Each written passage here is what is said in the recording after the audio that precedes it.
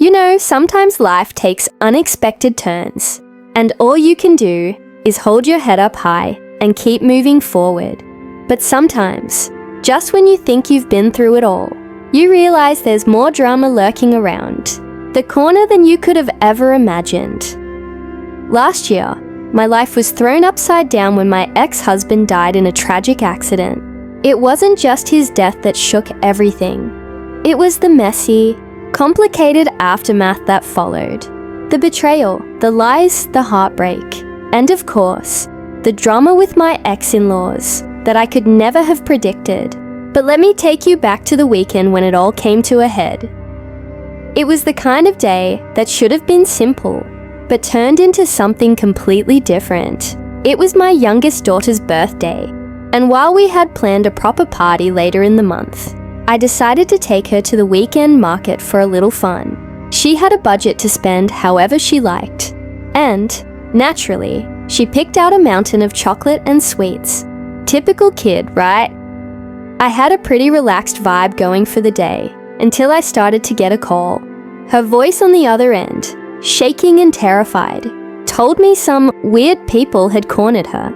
I couldn't even process it at first. My heart dropped. I told my oldest to stay with the stuff and head to the car while I rushed over. When I arrived, I was hit with something I didn't expect. My daughter was standing there, crying, surrounded by 6 older women, all shouting at her. You see, these weren't just any women. They were familiar faces from my ex-in-law's church. They were berating her for not spending time with her paternal grandparents, accusing her of being unchristian, for wanting to be a good big sister to her orphaned baby brothers. My daughters had learned about their father's affair, and the 2 boys from that relationship, 2 babies left, orphaned after my ex and his mistress both tragically passed. My daughters were hurt, and understandably, they had no bond with these children. But these women, they didn't care about that. They wanted my daughters to forgive, forget, and play nice with the very people who had turned their lives upside down. I couldn't stand there and let them bully my child. I stepped between them and I had enough. I told my eldest to go to the car while I gave these women a piece of my mind. The anger, the venom, the sheer hypocrisy. It was too much. They accused me of being a bad Christian, for not doing what my ex-in-laws wanted, telling me that I should have stayed silent, like a good Christian wife. Bath. But the shouting got so loud that the market staff asked us to leave. And you know what? That's when the vultures, those same women, started following us to the car. I managed to get my girls safely inside and drive off, my mind reeling with what had just happened.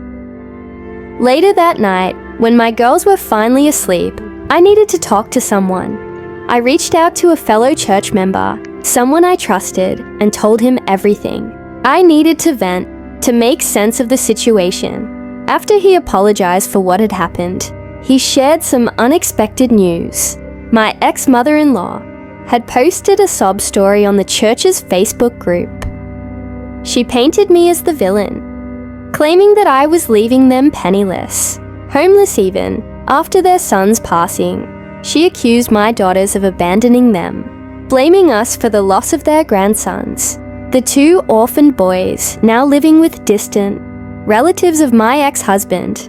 And of course, she painted herself as the heartbroken grandmother, abandoned by her ungrateful daughter-in-law. But here's the thing, she wasn't just airing her grievances. No, she was getting all kinds of support from the more extreme members of their church.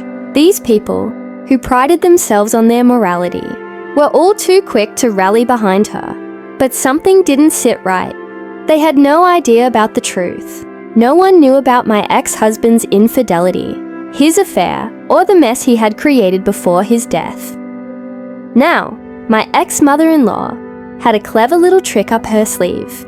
Instead of mentioning the affair directly, something that would have sent shockwaves through the church, she claimed that the other woman had been our surrogate, that I couldn't have more children, and that I refused to love the babies because they were boys. Yeah, that's right. she actually tried to paint me as a villain for not accepting my ex-husband's illegitimate children. It was disgusting. I couldn't just sit back and let her lie. So, I made a decision. It was time to take matters into my own hands. You see, my divorce wasn't finalized yet when my ex passed, and that meant I had access to all the evidence I needed to expose the truth.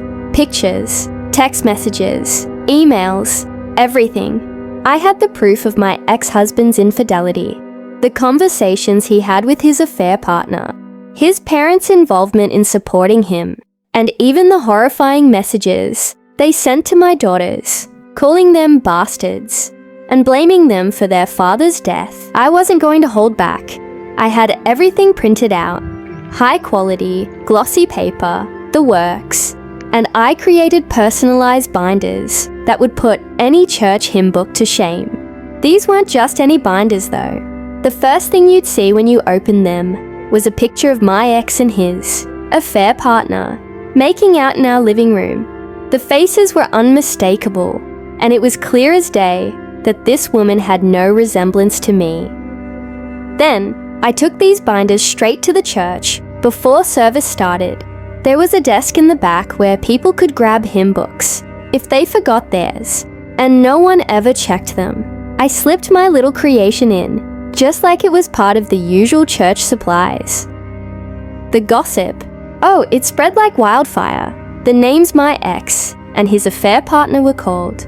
They were so bad that the pastor had to step in just to keep things somewhat respectful. But what really shocked me was how the church members reacted. Many people, including those who had been close to my ex-in-laws, were furious at how they had treated my daughters. It didn't stop there. As for me, the church started sending apology letters, and a few members even invited us to join them for support. But the best part? My ex-in-laws? They were forced to leave the church in disgrace. My ex-mother-in-law even posted a heartbreaking status about how alone she felt, lamenting how no one cared for her. She wished her great son was still alive, thinking he would have taken care of her. I just shook my head. In the end, I had my revenge. It wasn't about the church. It wasn't about the lies. It was about making sure that the truth was out there, that my daughters were protected, and that no one could ever shame them for something they didn't do. And as for the will, my ex had named his parents as beneficiaries. I was blindsided when I found out, but I didn't care about the money. The only thing that mattered was ensuring that my daughters had what they deserved, and that the truth would come out, and that's exactly what I did.